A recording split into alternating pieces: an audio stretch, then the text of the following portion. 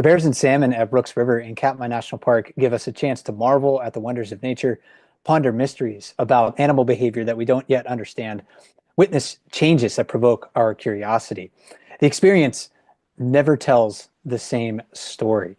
The 2025 Bear Camp season provided another fascinating summer of activity, and we had the pleasure of watching it on the Bear Camps brought to you by Exploded.org, the National Park Service, and the Katmai Conservancy. Hi, everyone. I'm Mike Fitz, your resident naturalist with Explore.org, the world's largest live nature cam network. And we're here to talk about the 2025 Bear Cam season. And to help me with that, I'm happy to reintroduce to everybody Charlie Annenberg, one of the biggest brown bear fans we have out there. Great to speak with you today, Charlie, and thanks for being here. It's always a pleasure, Mike, to speak with you, and always a pleasure to speak with the Explore fans. It's a great honor, and I'm humbled. So let the show begin. Yeah, so Charlie and we want to reflect on the Bear Camp season of 2025. I have questions for Charlie. I know there's some audience questions that are prepped and ready for him as well. But if you watching the cameras right now have questions for Charlie and I, then drop those in the comments, and we're going to try to incorporate a few of those during our program today. To kick things off, Charlie, this season was special for a lot of reasons, but for me, it was one of the most relaxed and relatively stress-free seasons that I've witnessed at Brooks River. Certainly, the Bears made my job easier in a way because we didn't have a lot of really dramatic events on the cameras. And I'm wondering how you felt about the season overall. I actually really struggled in the beginning of the season. It was a strange season. I feel like everything's been a month behind. I mean, July, I'd never seen a bigger salmon run, and the Bears weren't really at the mouth of the river. It was really hard for me, I have to be honest, not to see 747 this season. I guess he's with Otis on a walkabout. I still think they're around because so many of these bears with all that salmon weren't there. But so there were a lot of adjustments in the beginning of the season for me personally. I couldn't understand why there weren't more bears. I didn't see as many cubs. And then come August, all of a sudden, like I said, like being a month behind, it was one of these extraordinary bear seasons of just so many salmon, and the bears were all just eating away and getting so fat. And I remember when the season started, Mike, and I said it kind of reminded me of an NBA team. Like there's all these new teams out there, and I really think this season held true with like just new bears really kind of going up the hierarchy. So it was definitely stress-free in that we didn't have the extent of fighting and things like we've had in the past.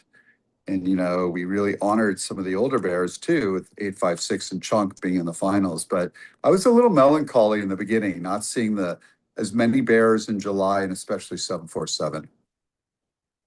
We did actually get a couple of audience questions that were along those lines. I mean, people were kind of wondering about the salmon season, or the bear and salmon season, and how it was different. So like Karen wrote in and was wondering, why did we not see very many bears this year during the salmon run at Brooks Falls? Last year we saw about 14 bears near the falls. This year we saw only 3 or 4. Why is that? And then a related question came in from Bonnie, who wrote, last year was my first time watching the bear cams, and it seemed like there were a lot more bears compared to this year. Is there a reason that we saw a lower bear population? I think overall, it was kind of like an optical illusion, especially once the salmon started to get thick, because when it's almost counterintuitive, Charlie, and we've seen this in the past, where like when the bears are really well fed, they don't need to hang out at Brooks Falls because that's not the only place to fish. But this year we saw that the salmon, it was just a wall of salmon for weeks and weeks and weeks at a time. So there was really not a break in the salmon run until like the middle of August. So the bears they came to the falls, they hung out there, but they weren't there in large numbers like we've seen in the past. So the bears were just so dispersed throughout the river. It was almost, for me, like an optical illusion. Gave us the illusion that there weren't a lot of bears at the river, like even in the middle of summer, when there were quite a few utilizing the river. They were just so dispersed. So that's my hypothesis, at least, about why our webcam audience might have been perceiving fewer bears at Brooks River overall. I don't have like the statistics from the bear monitoring study at Brooks River this year, but overall, yeah, I think our webcam audience was tracking something like 100 individual bears at the river this year. But you were mentioning, yeah, it was pretty odd at first. It was like, hey, where is everybody, right? And then we started to see more and more of these stories build over time. Yeah, and it was definitely a unique season. I mean, it's the most salmon I've ever seen. It was incredible. And like you said, Mike, I think the fishing was so easier and easier spots that the Bears just didn't feel the urgency to be at the Brooks mouth. I mean, until very end, Chunk and some of the, Walker and all them, they were all just in lower river, which isn't something you'd ever seen. But I think there was such an abundance of salmon, like you said, they were also napping more, so it was an interesting season. It was a lot of fun, but it took me a little bit, like you said, like stress free. It took me a little bit to get into full swing, and I'm still in awe that we're in October and seeing Chunk and Walker and a lot of the Bears still out. Do you have a favorite part of the season? There's a lot of things that I enjoyed about the summer, but I'm wondering if you had, a moment or maybe a part of the season that you enjoyed watching.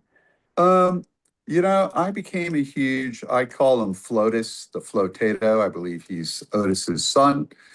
And so the Flotato, Flotus, Homer, I thought that his personality and his antics and his size and rolling on his side was just really memorable. I was really impressed with Bucky Dent, who I actually think is 747's son, and the way that, his antics, and he's gotten so big and so beautiful, and like watching them mature. Who would have thought that 856 would become a cutie pie and like just a different bear?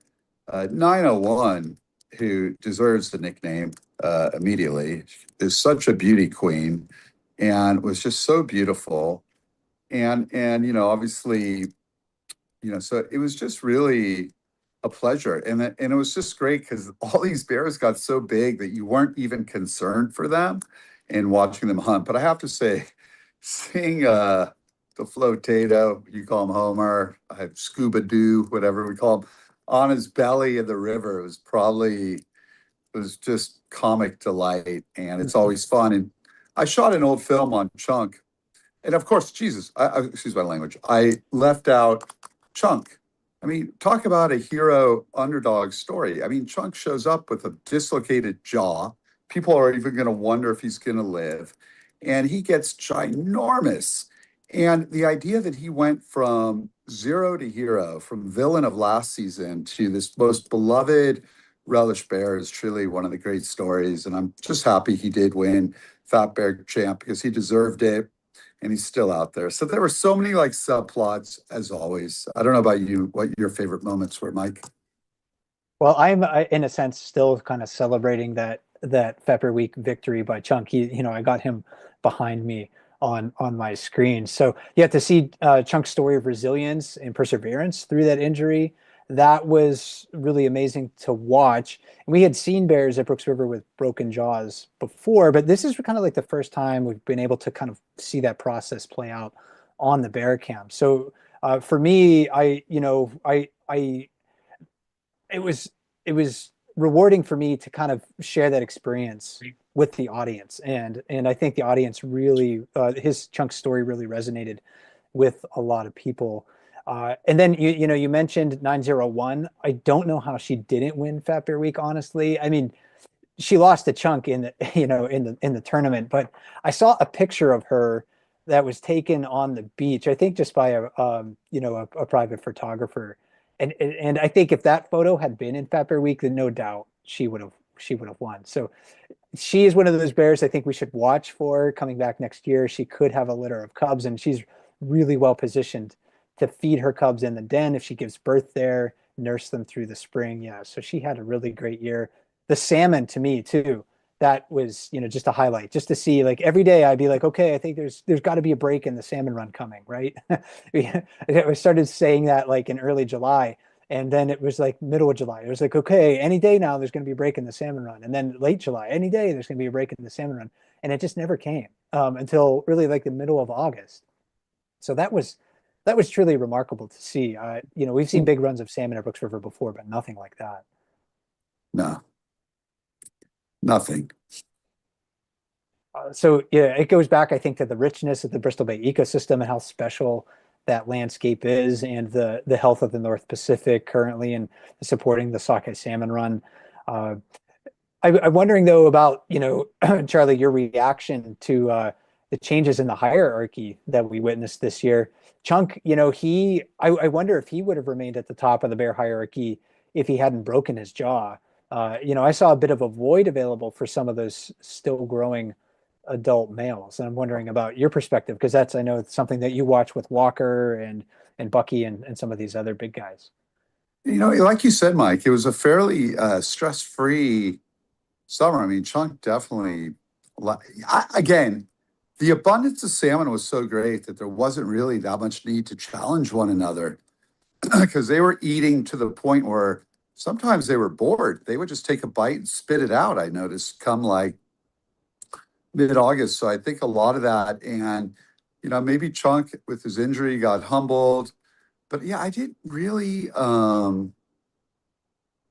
notice it. I'm trying to think, like, from an enforcer bear, if anything, it would maybe have been like Bucky Dent has a little, he is a little mischief maker at times, I noticed. But yeah, who knows with Chunk? But with that much salmon, I think the bears just, yeah, I mean, I don't know if it was me or if I'm making this up, but there'd be times where, like, they would, if they just stuck their head underwater, they'd have something, they'd take a bite and spit it out. So that might have been also a lot to do with it. I was like surprised though, you never even had multiple bears on the lip. I've past seasons we have 4 or 5 lined up, and it was just like I said, I think there was so much abundance this year that it probably created not as much friction among the bears. I would certainly agree with that. In fact, we got the hierarchy is still in flux. It's always in flux. It kind of settles down towards the end of the year, but it's always in flux, and bears are still testing one another. And we didn't really see that at the beginning of the year, at least on camera, as much, because bears didn't have a need to compete for like a specific fishing spot, but they were still eyeballing each other, still wary of Yeah. one another. And then, we saw a little bit of more overt interactions between the big adult males towards the end of summer. And that actually brings up an audience question from Robbie, who was wondering what's going on with Walker this year. He seems healthy, but he's fallen to a lower position in the hierarchy. I get the role reversal with 164 Bucky because he's grown a lot. But last year, Walker was more dominant than bears like 503 and 856. But this year, he is not. I think my best guess, Charlie, in my interpretation of the behavior, is that those other bears maybe just got a little stronger this year. And maybe because of the abundant salmon, Walker didn't feel a need to compete like he had in previous years because there was just so much food available. He's like, you know what? It's just not worth it. And well, a lot of these bears do have a quite an intelligence for those social interactions. But Walker's one of those bears I know that you watch a lot too. Yeah, I mean, again, it's very rare when there'd be peak salmon up by Brooks and you'd see the dominant bears in the hierarchy lounging down at Cats River, Lower River, and just eating on their own. Like they just went on walkabouts because there was so much abundance. I mean, before that was the spot and positions were critical. I think Walker's misleading though. I just think he's so hot. He's so cute. He has that teddy bear face that you think he's passive, but I think he still sets his mark, because him and Chunk kind of dominate the 2 prime spots still most of the time. I think Bucky Dent is definitely gonna, I saw it last season. That's why I always think he has a connection with 747 because 747 always let him stay right behind his flank like he was teaching him. And so he occasionally got in the mix. But Walker might be misleading, like kind of like that Otis Buddha-like stuff. He sits really passive and quiet, but, he's a big bear. But again, the abundance allowed for a very peaceful season, without question. I think going into next year for me, the bear really to watch in the hierarchy is 164, otherwise known as Bucky. He came really back to the river looking giant this year. He was very assertive around other bears, and I think he's going to continue to grow. I mean, he's not that old. I don't even think he's 10 years old. We estimate, so he's not in his prime yet. He's like he's ready to be large and in charge. He could. I don't know. I don't know if we'll ever get like another bear like 856, who basically was at the top of the hierarchy for like a decade. But 164 could be that like a bear with a similar advantage, going into next year or in subsequent years. So that's another a bear that that story I'm looking forward to watching very You much. know, what's misleading about Bucky Den is when he's the shower bear and he's under the waterfall, he looks still like a small bear. And it's like, you're like, and then you see him out completely in the open and you see this like dominant big guy who's growing. But when he's like catching fish under the waterfall, I still think he's this little guy that we saw, like kind of who created his own position years ago. So he's an interesting bear for sure. And I just remember last season, he would be right on 747's tail, and 747 would I don't think he would have tolerated from any other bear. So that's why I think there's a connection between the two. I know you say they don't know and they separate, but I don't know. I think he was giving them some skills, life skill lessons. They certainly learn from each other, and that's really clear. It's just not their from watching their moms and being with their moms. They look at another bear and they're like, I wonder if I could try that. So Yeah. they clearly are putting connecting the dots in that sense. Uh, Another one other bear, because I don't want to leave out my lovely bears here, is a 99 backpack. That's quite a good looking other bear. I think has some Otis genes in him, but I just want to throw out a shout to him because I've talked about the other ones, but he's just such a handsome guy. So I just want to make sure that backpack is thrown into the mix there.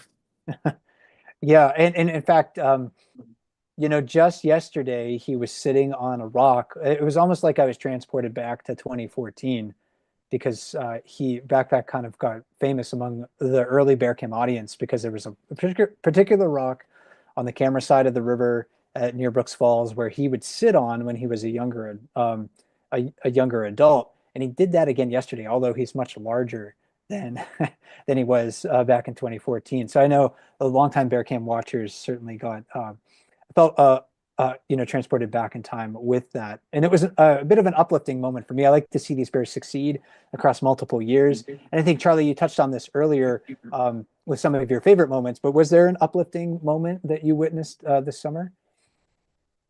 Yeah, honestly, every day on Bear Cam is uplifting, and it still is uplifting because they're out there.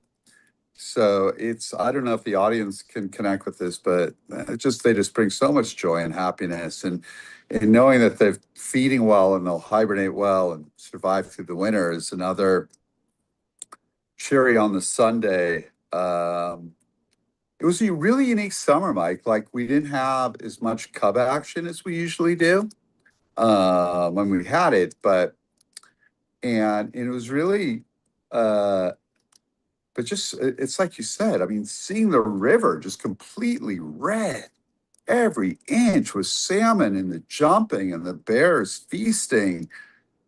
It was just remarkable. I mean, it almost looked like an illusion. Sometimes I'd call Candace and say, "Why is the camera blurry?" And she'd say, "It's not that. It's just so many salmon in the water, so the camera can't even focus."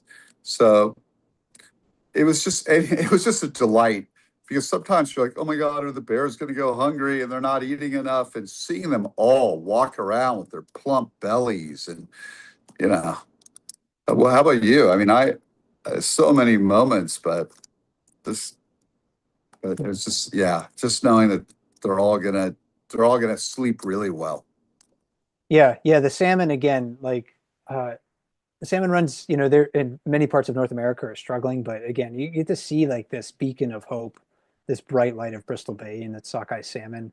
That to me is always like uplifting. It's like, okay, we need to save this and we need to work towards salmon runs like that in other places. So that helps to motivate me. And in my work for sure. So those that's one of the moments that I really found uplifting. And yeah, I think we can rest assured that that the Bears are going into their dens pretty healthy this year. We could have a lot more cub action next year because if you're a single female this summer, hey, you definitely have the opportunity to pack on the fat reserves that are going to help you to carry your a pregnancy to term and give birth in the den this winter. So we could have a lot of cubs coming back to the river next Uh, year. that'd be great. We did. I did actually, Charlie. I asked some of the staff from the Katmai Conservancy if they had anything to ask you. And we all know on the Bear Cams, Naomi Boak, who helps assist with Bear Cam programming. And thanks to her, Naomi's not here with us right now. I'm sure she's probably watching though. But she did write in and ask uh, when when asked for their favorite moments this season. So many rangers said it was their trip to the Valley of 10,000 Smokes. Uh, is there a possibility of a cam at the Valley of 10,000 Smokes Visitor Center? I've kind of been lobbying for that for a number of years. So I don't know if it's in the near future, but I would love to see sort of a Zen cam out there. It's a beautiful volcanic landscape. Hey, talk to Candace. Talk to the parks. We're all for it. We can't have enough of Alaska and enough of Katmai. It's just the more tapestry you can add to let people realize what a pearl of the planet is, the better. And Michael Bay from the Katmai Conservancy wrote in, and I think this is more of an invitation for you, Charlie, because Michael wrote, I know you couldn't make it to Katmai this year, but will you be coming next year? Be fantastic to have you there to see the park that you help to support and explore the sites, and of course see all the fat bears. I think the Katmai Conservancy staff would love to be, kind of your tour guide out there if you have that opportunity. I'm definitely going to be coming out. I was actually planning on coming out and even shooting a little film this summer, but I got sidetracked, and that's what made Bear Camp so special. Is like no matter what was bothering me or how I went downriver, I could always and still can turn to the cams and find just joy and happiness. But the Katmai Conservancy and the Rangers are the best of the best, and it's just I really look forward to connecting with them and exploring their world in person and getting to know them better. And we're going to get to some audience questions here in just a second. One question that I wanted to ask you, Charlie, is about the Bear Cam off season. There's a lot to watch on explore.org. So, we know that the Bear Cam off season is coming up. Winter's going to get there sooner than we want probably. But do you have other cameras on explore.org that you maybe gravitate to in the non-Bear Cam season? Well, I'm kind of I don't know. The Bears are still out. I don't want to end this season yet. There's nothing like Bear Cam. Um, but I always think it's a beautiful transition going from Alaska to the Arctic and going to see the polar bears. So it's a really nice kind of soft landing because it's so beautiful to be, in the Arctic. And we have some new cams coming out too. Bonobo cam. We're even working on a baby orangutan orphanage cam. I'm pretty sure we just did a deal, not a deal like our business, but like working more with the Cornell Lab of Anthology to expand our bird cams. I've always loved the underwater cam. Kittens and puppies you never can go wrong with. I love the Northern Lights. God, there's so many. Sloths are still cute. Panama bird feeder. You never can go wrong with the pandas in Africa. It's just I find that I kind of spread myself more that during bear cam season. I really wish that the orca beluga cams were another time of year because it's hard to follow them when you're on bears because they get the short deal of it. But there's so many wonderful delights. And if people have suggestions, I'd love to hear what cams they think would be great as well. Yeah, I often coming up later this month, I'm going to be gravitating towards the polar bear cams and then the manatees, the gray seals that we have.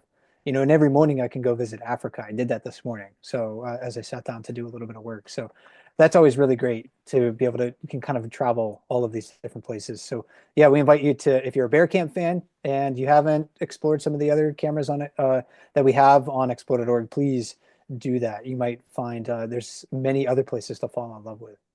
And Uh, on a side note, but a little bit of a plug, we just did a homepage. I hope it helps. It's just because there's no way to inform people about what we're doing. But just recently, I was in Borneo and I shot a film that's playing in a lot of festivals right now on one of the world's most famous primatologists, Dr. Berete Gildakis. There were three women. They were known as the Trimates. Jane Goodall, who just passed, Diane Fossey, and Dr. Gildakis. They were all proteges of Louis Leakey. And just with my iPhone, the iPhone that I'm on this Zoom, in 3 days, we shot a film called Saving Our Ancestors. And so now that we have a homepage, when like after polar bear season, I really look forward to sharing that film and some of the experiences with the Explore audience. And we're even thinking about, once you see the film, you'll see it, but getting a live cam out there in Borneo. oh, cool. So, it's not a live cam, but with the new landing page, I'm hoping that like when you're speaking, it's just easier to find things. And I'm kind of excited to experiment with that as well. Well, we do have a lot of audience questions that came in for the both of us. And one question, or actually, it's more of a comment from our live audience, more of a thank you from Barry, who wrote in and said, not a question, but a huge thank you to Charlie for creating Explore.org and for all you do for nature and our bears. So yeah, I want to reiterate that, Charlie. Thanks so much. Well, thank you. Bearberry or Barry, I like it either way. And like I said, Explore does this for our fans. I mean, we're just a beautiful community and welcome to the Explore family. And so your feedback means the world to us.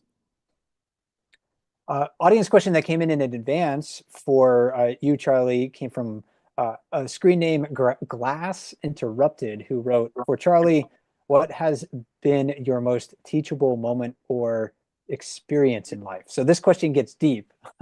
Sorry to put you on the spot, but that's what Glass is wondering. Now, the older I get, the more I realize I know nothing. And never stop learning means Sesame Street for adults has always been my mantra. And just trying to be a curious mind. And I think that's what these cams allow you to do, is be curious and ask questions and always learn and grow and just be in the moment. But I swear, the more you go down the path, the more I just realize trying to keep my health, my wits, sense of humor, and sense of purpose. So I have no deep, profound pearls, but we could do another talk on that maybe. Caught me off guard. I have to think about that. Yeah. I was thinking about it too.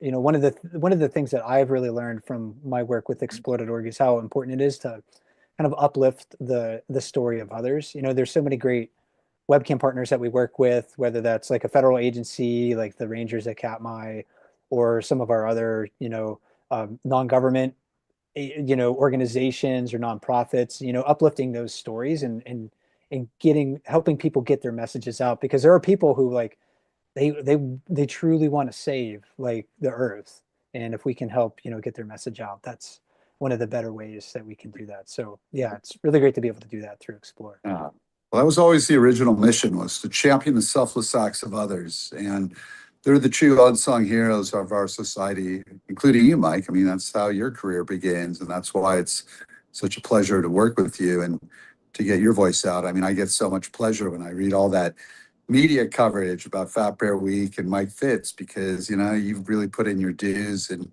you deserve it. And I know what you're trying to do is give a voice to bears, the nature, environment, and Katmai, and much more, the whole world in general. And like, that's really what it's about, championing the selfless acts of others. So, it's a great honor to be able to do it.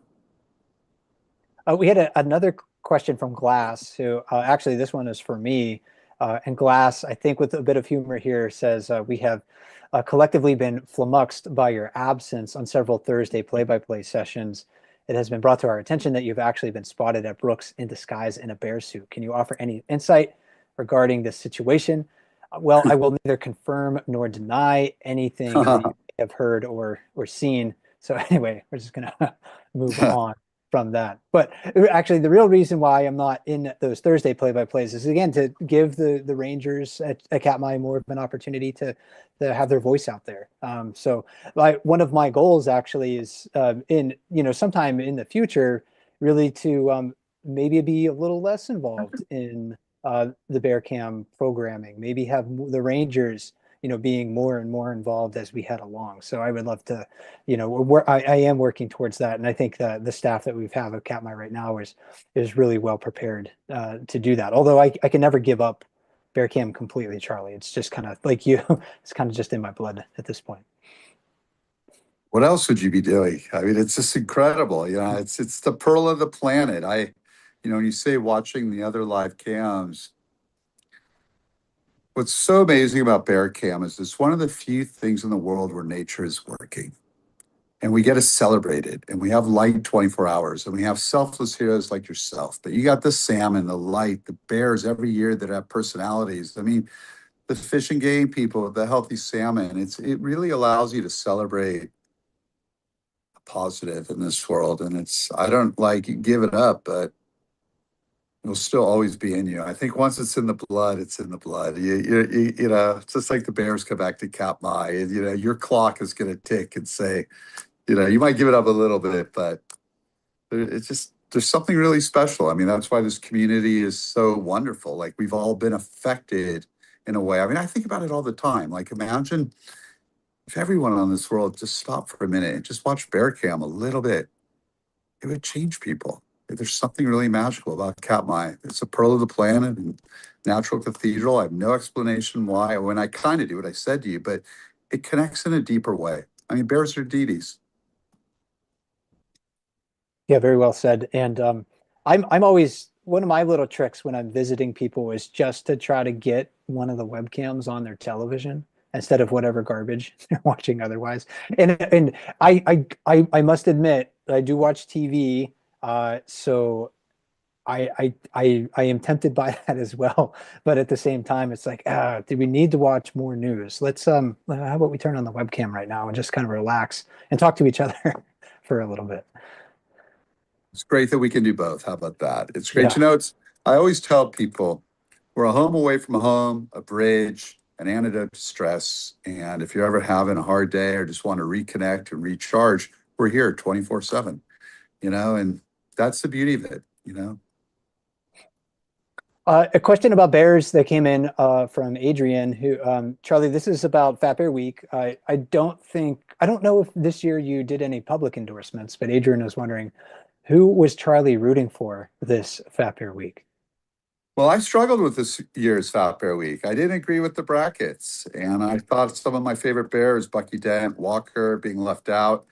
And I think the brackets should have allowed this should be more like the NCAA tournament and should have been a showdown between Chunk and 901. I was really tripped out that they both had to face each other in the first round.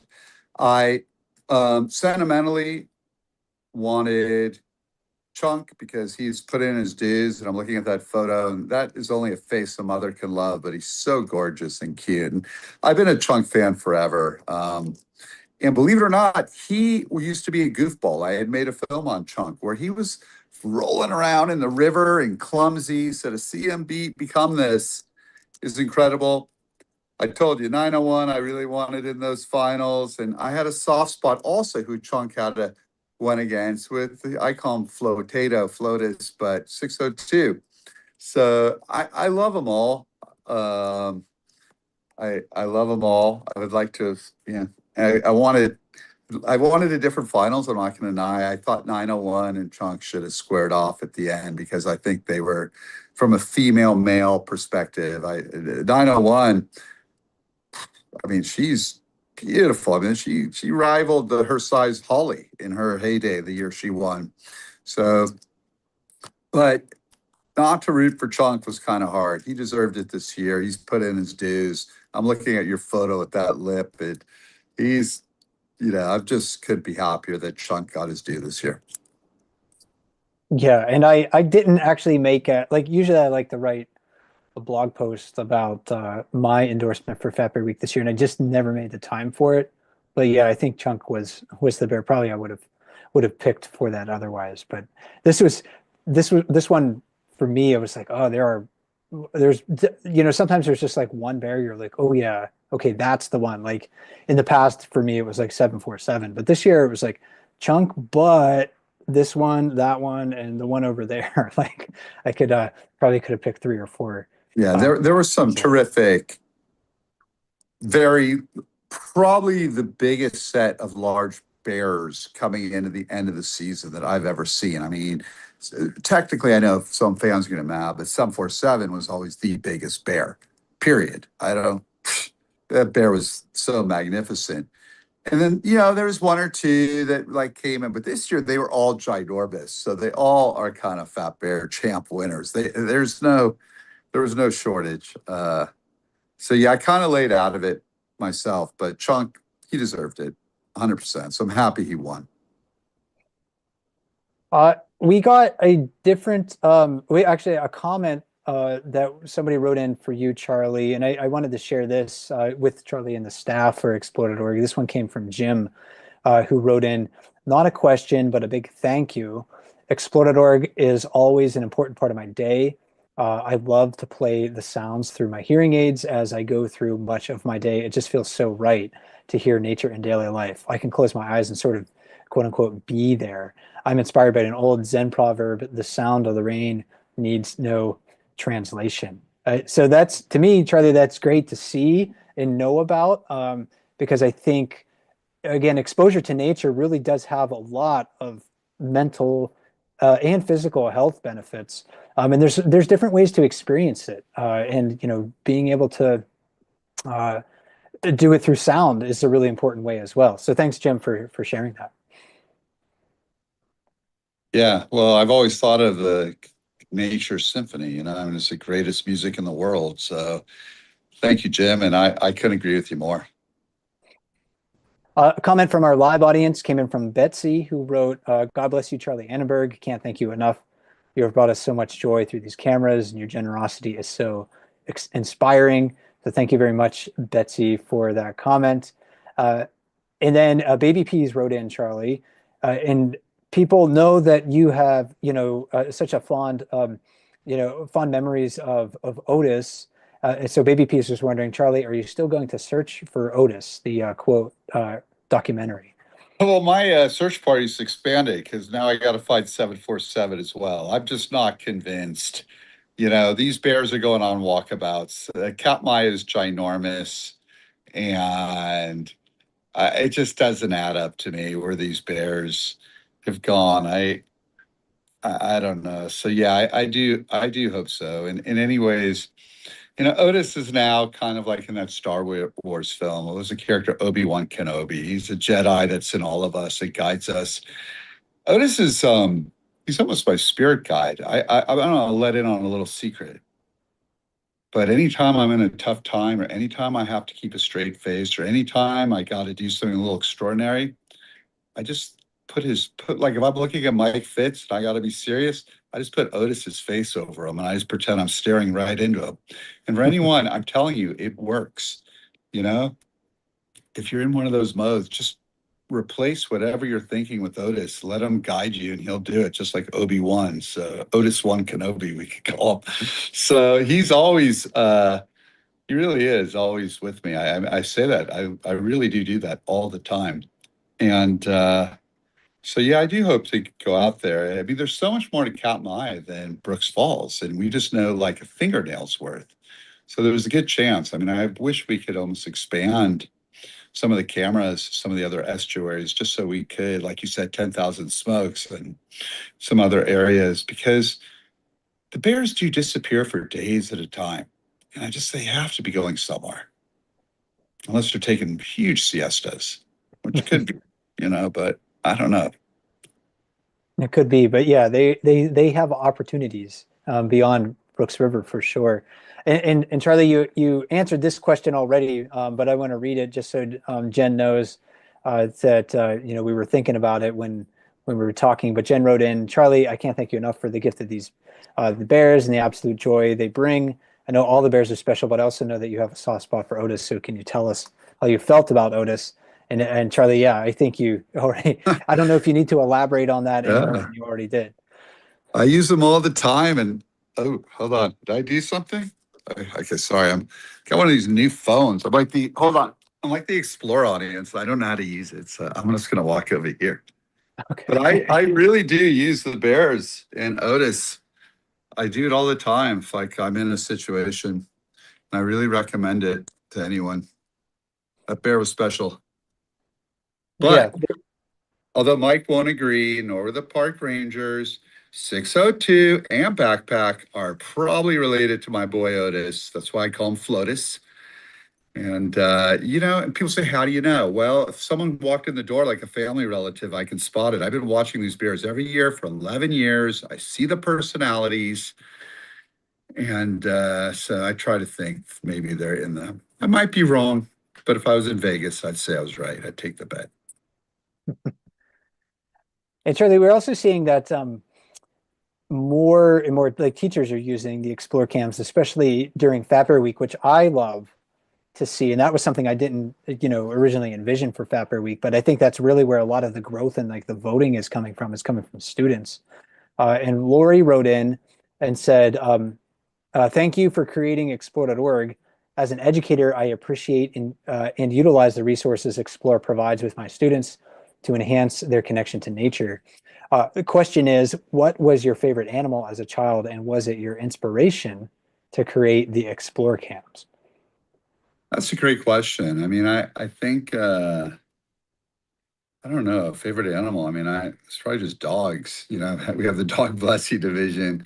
And it's kind of interesting how Explore started. Before it's funny talking to a teacher, I was hosting a documentary show and doing a lot of the things that weren't always connected to nature. If you go to the Explore documentary channel, we made 270 films. And I'd go into all these schools all over the world and all over America. They call me Professor Charlie. And we'd share some of the films. And I noticed something. Why are there drawings of animals in every classroom anywhere in the world where children have not seen these animals? And I go back to it's because they're deities. Nature brings people together. We forget our problems, we forget our faults, we forget, our socioeconomic issues, race, religion, all the other things that bother us, and it connects us. It truly brings us and unifies us in the purest way. And that's really what kind of started it, was just like this ability to allow people to observe nature in the purest way. So, it really just kind of grew through like process of elimination and actually going into the classrooms and realizing why why is everyone so connected to an animal they've never seen before? I don't know. Well, thanks for sharing that. Just a moment ago, Charlie, you mentioned about like Otis, and maybe he is like, has some of his genes running around Brooks River. I wouldn't be surprised if that is the case, although, we're not going to know for sure because we can't run the genetics analysis. Uh, but, I think at the same time, I don't think it's really there. It's in any way like harmful to speculate about those things. And I bring this up because an live audience member right now, SB, wrote in and was asking, who does Charlie think Biggie's dad is? And if you're not familiar with Biggie, that is the nickname that the Bear Cam audience has collectively given to Grazer's yearling cub. So, Charlie, I don't know if you had any thoughts on that. Well, well, first of all, I do think these bears are their bears. Biggie is an interesting one, but I'd like to just backtrack for a second, Mike. It doesn't make sense. Dominant bears get mating rights. The dominant bears of the last decade have been 747, 856, Otis, and like Chunk and a few others. So the no little squiggly, scrawny bear is getting in on that. So they have to be somehow connected to the dominant bears. I mean, that's just the laws of nature. So I think there is a chance. Um, but Biggie's the new one on the seed. See, like it's like the way that 602 hunts, the way that it's like a Zen bear, the way its ears almost folding over, the way it looks into the water. You see the traits as they mature. So the Biggie is new to the block, but why not? I'll throw one out there. 747, 100%. Look at that dark coat. The two dominants had to have hooked up, and we Yeah. all know that 747 was a ladies' man. I made a film, Bear Force One, on 747, and he was known to walk around the camp. He'd leave the fishing holes chasing the ladies. So it's a good chance. that, I mean, when I look at them, but it's way too early to tell. Yeah, and I don't think that's a bad guess at all. Again, 747 being as large and dominant as he has been certainly has sired cubs and bears that we know are running around Brooks River right now. Unfortunately, yeah, I don't know if the park is going to plan in the near future to run any additional genetics analysis. That would be very helpful and answer a lot of questions and pose new questions for us. But yeah, we're going to have to maybe just kind of speculate for the time being. Um, and thinking of families too, Sam Levine from our live audience wrote in, Sam writes, where will there be an abundance of cubs next spring as a result of so many females feeding to the point of satiation?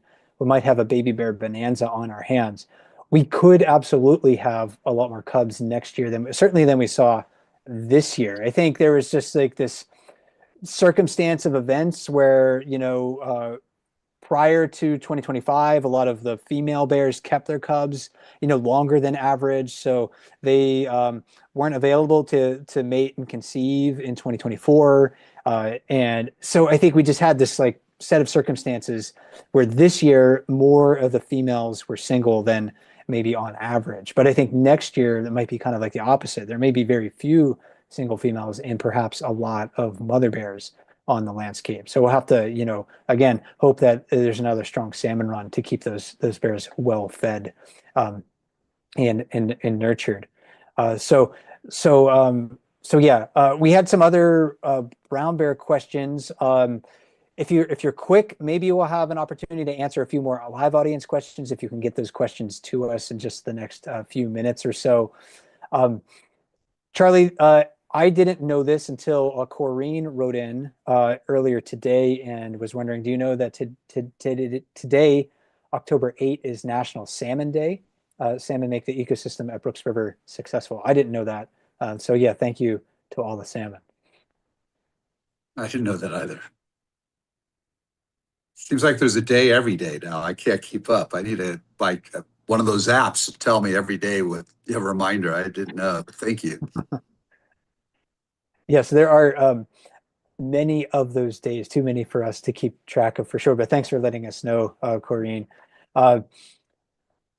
This is just a general brown bear question that came in from Kim and Layla, who are wondering regarding the bears' total size, not just their fat tummies. Who are the biggest bears we have seen at the falls this year? How tall are they, and how much do you think they weigh? So overall, the biggest bears are going to be the adult males. So they're going to be, maybe 2 times as big as some of the adult females, at least a third bigger than some of the adult females. So a bear, I think this year, the absolute biggest bear on the river, Charlie, for me was Chunk. I think he's at least 1,200 pounds, probably more, but at least 1,200 pounds. And I didn't know if there was another bear on the river that you thought maybe was in that upper echelon with Chunk. I mean, just looking at that photo behind you, I'm like mesmerized by it. There should be a reality show called Chunk's Living Room. I mean, those close shots of his belly. I mean, it's like I feel like I'm in a refrigerator.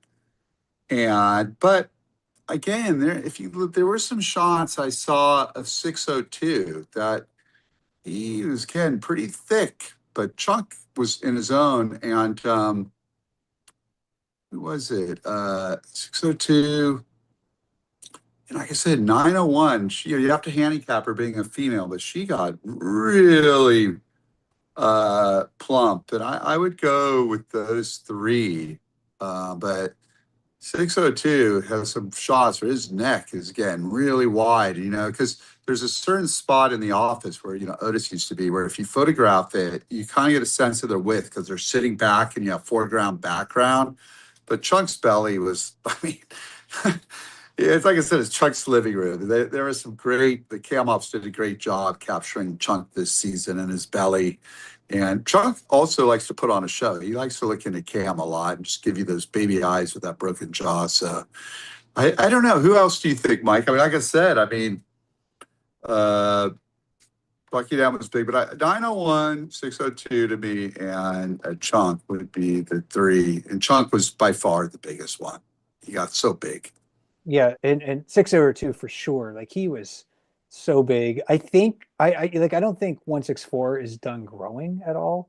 So I think he's still going to be growing for the next several years. So he could be a bear, again in that upper echelon of how big they can get overall. So that's a bear to watch. 503 really big, but he's never quite like filled in like some of the other bears. I think he's just maybe moving around too much to do that. But he's a bear that I love to watch at the river as well. So to get to the other part of that question about how tall are they? When they're standing on all fours, a really big bear like Chunk or 856 or 602, they're going to be close to 5 feet at the shoulder, so the peak of their shoulder hump when they're standing on all fours. If they're standing on their hind legs and they're fully extended all the way up as far as they can go, they can be 8, sometimes 9 feet tall in those circumstances. So really, really big bears. So yeah, and here I think I know that 602 on the right. I forget who he was playing with there on the left, maybe number 99 or so. But yeah, just two giants on the river. One of the things, Charlie, that and this was something that an idea that the webcam audience gave me is they were wondering about sort of like that far wall where bears like to stand and fish. And if we can give the webcam audience, specific markers that would that they could say like this is 4 feet off of the ground, for instance. This is 5 feet off of the ground, for instance. And the Rangers aren't going to go out there and do anything marking them permanently. But I think what we can do with the Rangers next spring is have a few of them go out to that far side of Brooks Falls and with the tape measure, take some photographs and be like, this piece of rock that you can see on the webcams is 4.5 feet off the ground or a meter off the ground or whatever it is. And that'll give us a sense of scale. We'll be able to compare those things directly. So I'm hoping to do that with the Rangers next summer. Yeah, that's a really good idea. And, it's really amazing. We take for granted. I mean, Brooks Falls is raging. I mean, the river, the current, the speed, and the way these bears like aren't even budged in it is incredible. I mean, I mean, so to know the height and depth is a really interesting idea.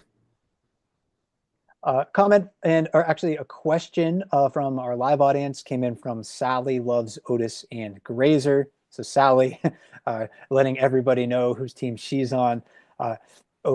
Sally wonders, will Explode.org consider some cameras here in Australia? We have amazing and unique wildlife here. Just check out platypus, for example. I would love Sally, who loves Grazer and Otis, or Otis and Grazer. I've been wanting some cameras in Australia for a long time, and we got the platypus, we got the koala, the kangaroos, so many. And if you have any suggestions or leads, please write into us because I've been wanting cameras in Australia for a long time. Question from me from Paul Z, who wrote in, Mike, are you going to do some live polar bear chats with the folks at Churchill this year? I will be co-hosting a live chat about brown and polar bears. I think we tentatively scheduled it for next Wednesday, perhaps. So I got some work to do to get that outline done. I was thinking about including like rangers from Katmai and also from Tongass National Forest to talk about brown and black bears at the same time we're talking about polar bears. But those people are laid off. They're basically locked out of their jobs right now, unfortunately. So we won't be able to invite them, but hopefully in the future. But yes, I will be at least joining Elisa McCall with Polar Bears International for a live chat next week. So check that out. A couple other comments for you, Charlie. We just have a few minutes left in our program, but floppy right ear, and we know who that I think refers to. It writes in and says, "I've said this before, and I'll say it again. Charlie is a real life Batman. Thank you for bringing these places to our living rooms. The first step in caring about something is to know it exists. Being able to follow these animals day in and day out increases our investment in ensuring their survival and spurs action to protect the environments in which they live." Yes, I couldn't agree with you more, floppy right ear. So thank you very much for taking the time to write in. And Charlie, that's one of the special things about Explore. I feel pretty strongly connected to a lot of the places that have only experienced through the webcams. I haven't been to Africa, for instance, but like looking at some of those places, and I was actually really invested in the success of like the penguin chicks that we were watching. I think on the coast of South Africa this winter, that the rare African penguin. So that was really great to see, and that's one of the magical things about the website. I used to say we have an evil planet explore, and that's to make you fall in love with the world. And because you take care of what you love, it's really simple. So thank you, Floppy. You're Floppy one here. And a little shout out, Candace made a tribute film to Otis like over the years. So if you need more Otis, maybe Candace, you could put it on the landing page for people so they can watch it. I think it's set up for streaming live. So it's under the Bear channel. So if you need like Otis, Candace made like a streaming film. Yeah, it starts, I think, with some of the some early photos of Otis, and then the earliest webcam footage we could find of him, and it kind of progresses through the years. So yeah, if you look, you need a little bit of relaxation time, check that out. Yeah. With just the few minutes of time that we have left, Charlie, we have some messages from the Katmai Conservancy. One of them is to thank our donors that help Katmai National Park through the Conservancy. So this message is from Jordan Hensel with the Conservancy. Jordan writes, on behalf of the Katmai Conservancy, I want to extend our deepest thanks to every single person who helped make this year's Fat Bear Week and the Otis Fund a success. Your enthusiasm, generosity, and love of these bears and this park is fuel for everything we do. To the donors, volunteers, Bear Camp fans, and the entire Katmai community, thank you. Whether you voted, donated, shared a post, or simply cheered from afar, your support makes a real life impact on Katmai National Park and Preserve. Together, we're protecting a place like no other, and we couldn't do it without you. So, yeah, thank you very much, Jordan, and I concur wholeheartedly. And then Guy Runco from the Conservancy's executive director, had this message for Explore.org and Charlie specifically.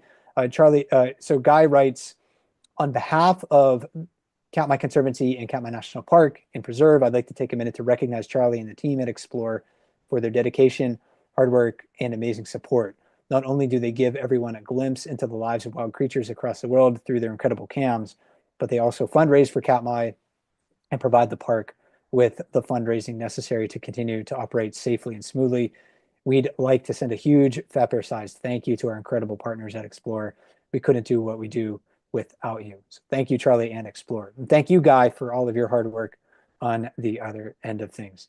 And Charlie, I know you've been really impressed with the generosity of the Bear Cam audience. And the donations included more than $430,000 of donations. And you were overwhelmed by that, and you wanted to actually extend it a little bit. Yeah, well, I first want to say, I've been in the philanthropy game for a while, and there is nothing like this Otis Scholarship Fund that I've ever seen in my life. I mean, there are natural disasters, but when I see the $350,000 number, I actually get stressed out. I go, this is impossible. Like if we had raised 100 grand, I would have thought that was a miracle. 350 grand. I go, these people are crazy. $430,000. And these aren't people that are like big donors writing big checks. These are just beautiful people who would probably rather donate to Katmai than have their Netflix subscription. And you guys are all heroes. I mean, I find the Otis Fund and what you guys have done more inspirational than Fat Bear Week. It is the tribute to humanity that each and every one of you are. I've never seen it in my life. And I talk to, there's all these hoity-toity fundraisers. There's nothing like it. When I tell people about it, no one can even fathom it. You guys aren't getting t-shirts, mugs. You do it out of the purity of your heart, your love of the Katmai Conservancy, your love of the bears, your love of the staff.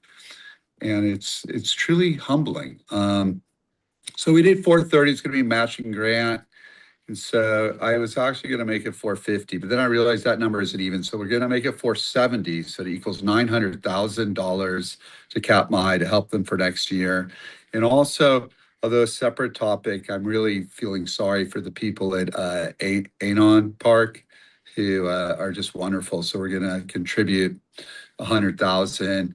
Let's say that the extra money is for my beloved 747, because I now have to figure out a fund for him because he's right up there in the pantheon with Otis. So he was always my bear. And look at that dog, and I have my dog behind me. So it ends up being, we've done a lot of good, but like none of this would have happened without our fans. And I've never seen anything like it. the world knows about Fat Bear Week, but the real hidden Excalibur, the sword, the gem, is the fans who just did this. It's unheard of, and I am just so humbled and touched. And so we're going to do 470. That way, it's nice and round for Katmai, and we're going to help out Anon. And I just really want to thank uh, everyone. I mean, it's really I've never seen it, and it's the most impressive thing. And it's we have live cams at Explore, but I always say it's the community that makes us special, and I really mean it.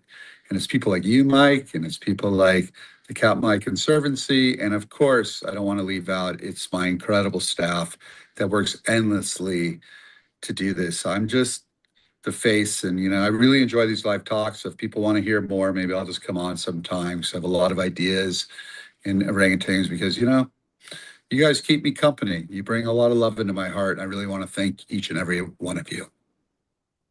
Well, thank you very much, Charlie. I think that's a great point to end our conversation with. So thank you very much for taking time out of your day, and I look forward to having more conversations with you.